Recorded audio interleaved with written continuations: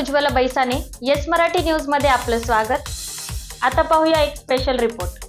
कणगरे दाम्पत्यांकडून गेल्या 8 वर्षात 34,500 रोपांची मोफत वाटप। गट विकास अधिकारी सुरडकर यांच्या हस्ते रोपे वाटपास प्रारंभ। भोकरदन तालुक्यातील दानापूर येथील रमेश सांडू कणगरे रहिवासी आहेत। त्यांचे वय 52 वर्ष असून ते दानापूर ग्रामपंचायतमध्ये गेल्या अनेक वर्षापासून साफसफाई कामगार आहेत। तुंटपुंजी पगारावर संसार चालवणारा व्यक्ती गेल्या 8 वर्षापासून सतत 3,500 रोपांची लागवड करून मोफत वाटप करण्याचे काम 2015 पासून करत आहेत।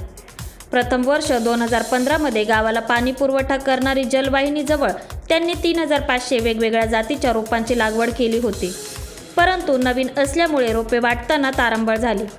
2016 पासून घरामागील भागात 5 ते 6 हजार रोपे बसतील याप्रमाणे जागा तयार करून जुई धरणातून दरवर्षी 1 हेक्टर गाळ आणून पॉलिथिनमध्ये रोपे तयार केली।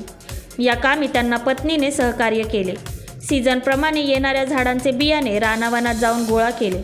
तयार केलेल्या रोपाला पाणी देण्यासाठी स्वखर्चाने नळ कनेक्शन घेतले।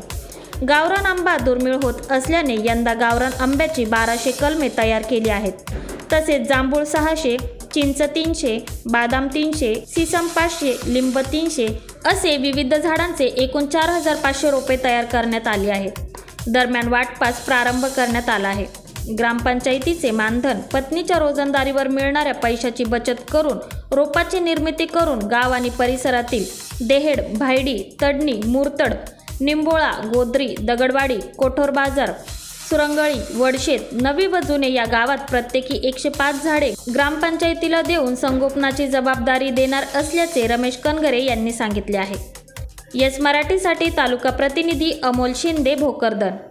अशा प्रकारच्या ताज्या घडामोडींसाठी येस मराठी न्यूज यूट्यूब चॅनलला लाईक करा, शेअर करा आणि सबस्क्राईब करा आणि बघत रहा येस मराठी न्यूज।